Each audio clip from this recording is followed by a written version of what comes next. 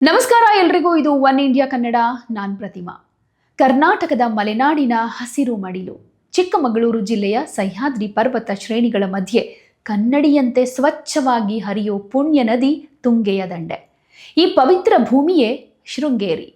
ಕೇವಲ ಒಂದು ಭೌಗೋಳಿಕ ಪ್ರದೇಶ ಅಲ್ಲ, ಇದು ಸನಾತನ ಧರ್ಮದ ಜ್ಞಾನದ ಜ್ಯೋತಿ ಜಗತ್ತಿಗೆ ಬೆಳಕು ನೀಡಿದ ಪರಮ ಪವಿತ್ರ ಕ್ಷೇತ್ರ. ಭಾರತದ ಆಧ್ಯಾತ್ಮಿಕ ಇತಿಹಾಸದಲ್ಲಿ ಸುವರ್ಣಾಕ್ಷರಗಳಲ್ಲಿ ಬರೆಯಲ್ಪಟ್ಟ ದಕ್ಷಿಣದ ಪ್ರಮುಖ ಜ್ಞಾನಪೀಠ. ಸುಮಾರು 1200 ವರ್ಷಗಳ ಹಿಂದೆ ಭಾರತದ ನರನಾಡಿಗಳಲ್ಲಿ ಅದ್ವೈತ ವೇದಾಂತದ ಸಾರವನ್ನು ತುಂಬಿದ ಜಗದ್ಗುರು ಆದಿಶಂಕರಾಚಾರ್ಯರು ಸ್ಥಾಪನೆ ಮಾಡಿದ ಮೊದಲ ಆಮ್ನಾಯ ಪೀಠವೇ ಈ ಶೃಂಗೇರಿ ಶಾರದಾ ಪೀಠ. ಅಂದಿನಿಂದ ಇಂದಿನ ತನಕ ಅವಿಚ್ಛಿನ್ನವಾಗಿ ಹರಿದು ಬಂದಿರೋ ಜ್ಞಾನದ ಗಂಗೆಯ ದಿವ್ಯ ಚರಿತ್ರೆ, ವಾಸ್ತುಶಿಲ್ಪದ ವೈಭವ ಮತ್ತು ಜಗದ್ಗುರುಗಳ ಪರಂಪರೆಯ ಸಂಪೂರ್ಣ ದರ್ಶನ ಇವತ್ತಿನ ಈ ವಿಶೇಷ ವಿಡಿಯೋದಲ್ಲಿ. ಕಾಲ 8ನೇ ಶತಮಾನ. ಭಾರತದಲ್ಲಿ ಸನಾತನ ಧರ್ಮದ ತತ್ವಗಳು ಮರೆಯಾಗ್ತಾ ಇದ್ದ ಸಂದರ್ಭದಲ್ಲಿ ಕರಳದ ಕಾಲಡಿಯಿಂದ ಹೊರಟ ಯುವ ಸನ್ಯಾಸಿ ಆದಿಶಂಕರಾಚಾರ್ಯರು ಇಡೀ ದೇಶವನ್ನ ಸಂಚರಿಸ್ತಾರೆ. ಭಾರತದ 4 ದಿಕ್ಕುಗಳಲ್ಲಿ ಧರ್ಮದ ರಕ್ಷಣೆಗಾಗಿ 4 ಮಠಗಳನ್ನು ಸ್ಥಾಪನೆ ಮಾಡುವುದಕ್ಕೆ ನಿರ್ಧಾರ ಮಾಡ್ತಾರೆ. ಅದರಲ್ಲಿ ದಕ್ಷಿಣ ದಿಗ್ಭಾಗದ ಧರ್ಮ ರಕ್ಷಣೆಗಾಗಿ ಅವರು ಆರಿಸಿಕೊಂಡ ಪುಣ್ಯ ಕ್ಷೇತ್ರವೇ ಶೃಂಗೇರಿ. ಶಂಕರಾಚಾರ್ಯರು ಶೃಂಗೇರಿಯನ್ನ ಯಾಕೆ ಆರಿಸ್ಕೊಂಡ್ರು ಅನ್ನೋದರ ಹಿಂದೆ ಒಂದು ಅತ್ಯದ್ಭುತವಾದ ಕಥೆ ಇದೆ. ಒಂದು ದಿನ ಆಚಾರ್ಯರು ತುಂಗಾ ನದಿಯ ದಂಡೆಯ ಮೇಲೆ ನಡೆದುಕೊಂಡು ಹೋಗ್ತಾ ಇರಬೇಕಾದ್ರೆ ಕಡು ಬಿಸಿಲಿನಲ್ಲಿ ಪ್ರಸವ ವೇದನೆಯಿಂದ ನರಳುತ್ತಾ ಇದ್ದ ಕಪ್ಪೆಯೊಂದಕ್ಕೆ ಅಲ್ಲಿಯೇ ಇದ್ದ ಕಾಳಿಂಗ ಸರ್ಪವೊಂದು ತನ್ನ ಹೆಡೆಯನ್ನ ಬಿಚ್ಚಿ ಛತ್ರಿಯಂತೆ ನೆರಳು ಕೊಡ್ತಾ ಇರುವುದನ್ನ ನೋಡ್ತಾರೆ. ಜನ್ಮಜಾತ ವೈರಿಗಳಾಗಿದ್ದ ಹಾವು ಕಪ್ಪೆಯು ಪರಸ್ಪರ ದ್ವೇಷ ಮರೆತು ಕಾರುಣ್ಯ ತೋರಿದ ಈ ತಪೋಭೂಮಿಯ ಸತ್ವಕ್ಕೆ ಆಚಾರ್ಯರು ತಲೆಬಾಗ್ತಾರೆ. ಹಿಂಸೆ ಇಲ್ಲದ ಕರುಣೆ ತುಂಬಿದ ಈ ಜಾಗವೇ ಜ್ಞಾನಪೀಠ ಸ್ಥಾಪನೆಗೆ ಯೋಗ್ಯ ಅಂತ ಶೃಂಗೇರಿಯನ್ನ ಪ್ರಥಮ ಆಮ್ನಾಯ ಪೀಠವನ್ನಾಗಿ ಮಾಡಿದ್ರು. ಇನ್ನು 4 ಮಠಗಳ ಬಗ್ಗೆ ಸಂಕ್ಷಿಪ್ತವಾಗಿ ಹೇಳೋದಾದ್ರೆ, ದಕ್ಷಿಣದಲ್ಲಿ ಶೃಂಗೇರಿ ಶಾರದಾ ಪೀಠ, ಯಜುರ್ವೇದದ ಸಂಪ್ರದಾಯ ಇಲ್ಲಿ ನಡ್ಕೊಂಡು ಬರ್ತಾ ಇರೋದು. ಇನ್ನು ಪೂರ್ವದಲ್ಲಿ ಅಂದ್ರೆ ಪುರಿ, ಇಲ್ಲಿ ಗೋವರ್ಧನ ಪೀಠ ಇರೋದು. ಋಗ್ವೇದದ ಸಂಪ್ರದಾಯ ಅಲ್ಲಿ ಚಾಲ್ತಿಯಲ್ಲಿದೆ. ಪಶ್ಚಿಮದಲ್ಲಿ ದ್ವಾರಕ ಶಾರದಾ ಪೀಠ, ಸಾಮವೇದದ ಸಂಪ್ರದಾಯ ಅಲ್ಲಿರೋದು. ಇನ್ನು ಉತ್ತರದಲ್ಲಿ ಬದರಿ ಜ್ಯೋತಿರ್ಮಠ, ಅಥರ್ವಣ ವೇದದ ಸಂಪ್ರದಾಯ ಅಲ್ಲಿ ಚಾಲ್ತಿಯಲ್ಲಿದೆ. ಇನ್ನು ಅದ್ವೈತ ವೇದಾಂತ ಅಂತಂದ್ರೆ ಆತ್ಮ ಮತ್ತು ಪರಮಾತ್ಮ ಒಂದೇ ಅನ್ನೋ ಪರಮ ಸತ್ಯವನ್ನ ಸಾರುವ ಕೇಂದ್ರವಾಗಿ ಶೃಂಗೇರಿ ಬೆಳಗತೊಡಗಿತು. ಆಚಾರ್ಯ ಶಂಕರರ ಪ್ರಧಾನ ಶಿಷ್ಯರಾದ ಶ್ರೀ ಸುರೇಶ್ವರಾಚಾರ್ಯರು ಈ ಪೀಠದ ಮೊದಲ ಪೀಠಾಧಿಪತಿಗಳಾದರು. ಅಂದಿನಿಂದ ಇಂದಿನ ತನಕ ಶೃಂಗೇರಿಯು ಜ್ಞಾನದ ಅವಿಚ್ಛಿನ್ನ ಧಾರೆಯಾಗಿ ಹರಿತಾ ಇದೆ. ಶ್ರೀ ಸುರೇಶ್ವರಾಚಾರ್ಯರಿಂದ ಶುರುವಾದ ಈ ಗುರು ಪರಂಪರೆ ಸಾಮಾನ್ಯವಾದದ್ದಲ್ಲ. ಕಳೆದ 1200 ವರ್ಷಗಳಲ್ಲಿ ಬರೋಬ್ಬರಿ 36 ಜಗದ್ಗುರುಗಳು ಈ ಪೀಠವನ್ನ ಅಲಂಕರಿಸಿದ್ದಾರೆ.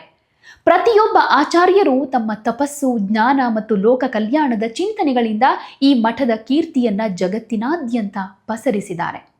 ಇನ್ನು ಪೀಠದ ಪ್ರಮುಖ ಮಾಹಿತಿ ವಿವರಗಳ ಬಗ್ಗೆ ಹೇಳೋದಾದ್ರೆ, ಪ್ರಥಮ ಪೀಠಾಧಿಪತಿ ಶ್ರೀ ಸುರೇಶ್ವರಾಚಾರ್ಯರು. ಒಟ್ಟು ಗುರು ಪರಂಪರೆ ಅಂದ್ರೆ 36 ಜಗದ್ಗುರುಗಳು. ಇಂದಿನ ಜಗದ್ಗುರುಗಳು ಸದ್ಯಕ್ಕೆ ಶ್ರೀ ಭಾರತೀ ತೀರ್ಥ ಮಹಾಸ್ವಾಮಿಗಳು. 36ನೇ ಉತ್ತರಾಧಿಕಾರಿಗಳು ಶ್ರೀ ವಿಧುಶೇಖರ ಭಾರತೀ ಸ್ವಾಮಿಗಳು.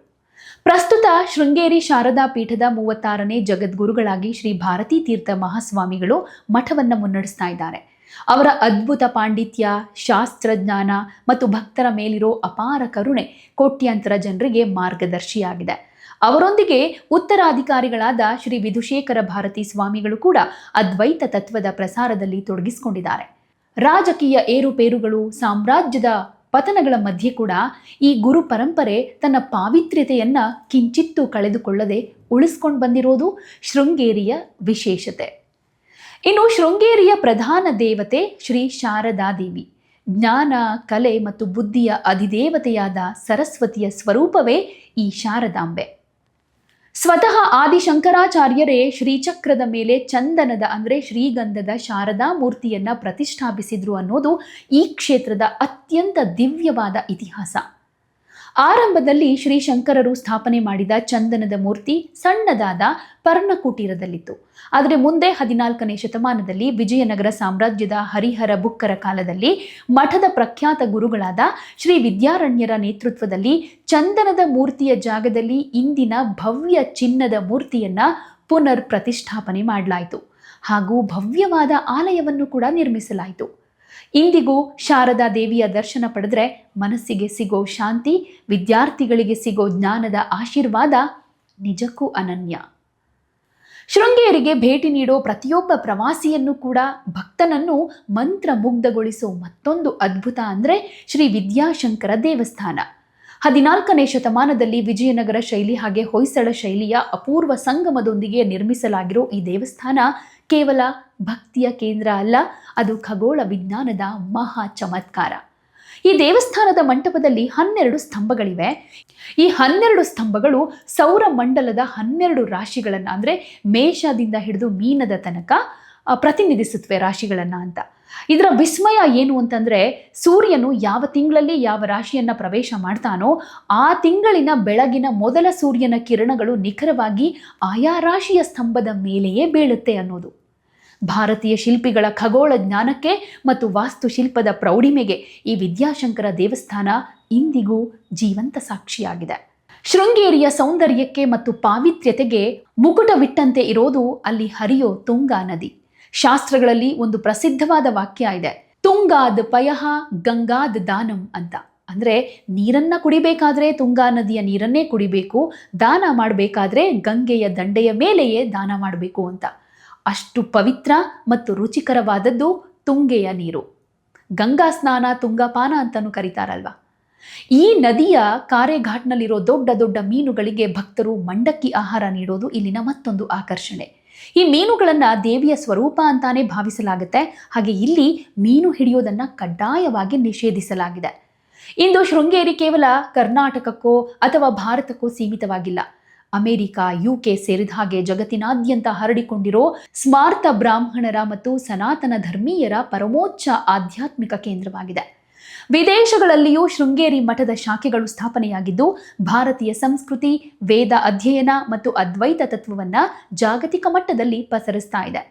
ದೇಶ ವಿದೇಶಗಳ ಸಾವಿರಾರು ಯುವಕರು ಇಂದಿಗೂ ಶೃಂಗೇರಿಯ ವೇದ ಪಾಠಶಾಲೆಯ ಆನ್ಲೈನ್ ಹಾಗೆ ಆಫ್ಲೈನ್ ತರಗತಿಗಳ ಮೂಲಕ ತಮ್ಮ ಬೇರುಗಳನ್ನು ಹುಡುಕ್ತಾ ಇದ್ದಾರೆ. ಬದಲಾಗ್ತಾ ಇರೋ ಆಧುನಿಕ ಜಗತ್ತಿನಲ್ಲಿ ತಂತ್ರಜ್ಞಾನದ ಅಬ್ಬರದ ಮಧ್ಯೆಯೂ ಶೃಂಗೇರಿ ತನ್ನ ಶಾಂತಿ, ಸೌಂದರ್ಯ ಮತ್ತು ಆಧ್ಯಾತ್ಮಿಕ ಶಕ್ತಿಯನ್ನ ಹಾಗೆ ಉಳಿಸ್ಕೊಂಡಿದೆ. ಆದಿಶಂಕರರು ಹಚ್ಚಿದ ಆ ಜ್ಞಾನದ ಜ್ಯೋತಿ ಇಂದಿಗೂ ಕೋಟ್ಯಾಂತರ ಹೃದಯಗಳಲ್ಲಿ ಭಕ್ತಿಯ ಬೆಳಕನ್ನ ನೀಡ್ತಾ ಇದೆ. ಶೃಂಗೇರಿಗೆ ಒಮ್ಮೆ ಭೇಟಿ ಕೊಟ್ಟರೆ ಸಾಕು, ಅಲ್ಲಿನ ಗಾಳಿ, ತುಂಗೆಯ ನೀರು ಮತ್ತು ಶಾರದಾಂಬೆಯ ದರ್ಶನ ನಮ್ಮ ಮನಸ್ಸಿನ ಎಲ್ಲ ಕಲ್ಮಶಗಳನ್ನು ತೊಳೆದು ಹಾಕಿ ಹೊಸ ಚೇತನವನ್ನು ನೀಡುತ್ತೆ. ಶೃಂಗೇರಿಯ ಮಹತ್ವ ಅಂತಂದರೆ ಇಲ್ಲಿ ಶೃಂಗೇರಿ ಶಾರದಾ ಪೀಠ ಕೇವಲ ಒಂದು ದೇವಸ್ಥಾನ ಅಥವಾ ಮಠ ಅಲ್ಲ. ಇದು ಜ್ಞಾನ, ಆಧ್ಯಾತ್ಮಿಕತೆ, ವೇದ ಪರಂಪರೆ, ಭಾರತೀಯ ಸಂಸ್ಕೃತಿ ಮತ್ತು ಧರ್ಮದ ಜೀವಂತ ಕೇಂದ್ರ. 1000ಕ್ಕೂ ಹೆಚ್ಚು ವರ್ಷಗಳಿಂದ ಈ ಪೀಠ ಶಿಕ್ಷಣ, ಸಂಸ್ಕೃತಿ ಮತ್ತು ಧರ್ಮದ ಬೆಳಕನ್ನು ದೇಶಾದ್ಯಂತ ಹರಡ್ತಾ ಇದೆ. ತುಂಗಾ ನದಿಯ ತೀರದಲ್ಲಿರೋ ಈ ಪುಣ್ಯಕ್ಷೇತ್ರ ಪ್ರಕೃತಿಯ ಸೊಬಗು, ಪ್ರಾಚೀನ ವಾಸ್ತುಶಿಲ್ಪ ಹಾಗೆ ಆಧ್ಯಾತ್ಮಿಕ ಶಾಂತಿಯ ಅನುಭವವನ್ನು ಒಂದೇ ಸ್ಥಳದಲ್ಲಿ ನೀಡೋ ಅಪೂರ್ವ ತಾಣವಾಗಿದೆ. ಶ್ರೀ ಶಾರದಾಂಬೆಯ ಕೃಪೆ ನಮ್ಮೆಲ್ಲರ ಮೇಲಿರಲಿ ಅಂತ ಹೇಳ್ತಾ ಕಾರ್ಯಕ್ರಮ ಮುಗಿಸ್ತಾ ಇದ್ದೀವಿ. ಶೃಂಗೇರಿಯ ಬಗ್ಗೆ ನಿಮಗೆ ಹೇಗನ್ಸುತ್ತೆ, ಏನನ್ಸುತ್ತೆ, ನಿಮ್ಮ ಅಭಿಪ್ರಾಯ ಹಾಗೆ ಅನಿಸಿಕೆ ಏನೇ ಇದ್ರೂ ಕಾಮೆಂಟ್ ಮೂಲಕ ತಿಳಿಸಿ. ನಮಸ್ಕಾರ. ಯಾವುದೇ ಸುದ್ದಿಯ ಅಪ್ಡೇಟ್ ಅನ್ನ ಮಿಸ್ ಮಾಡ್ಕೊಳ್ಬಾರ್ದು ಅಂದ್ರೆ ಈಗ್ಲೇ ಒನ್ ಇಂಡಿಯಾವನ್ನ ಸಬ್ಸ್ಕ್ರೈಬ್ ಮಾಡಿ. ನಿಮಗೆ ಬೇಕಾದ ಭಾಷೆಯಲ್ಲಿ ಎಲ್ಲಾ ಸುದ್ದಿ ತಿಳಿಬೇಕು ಅಂದ್ರೆ ಒನ್ ಇಂಡಿಯಾ ಆಪ್ ಅನ್ನ ಡೌನ್ಲೋಡ್ ಮಾಡ್ಕೊಳ್ಳಿ.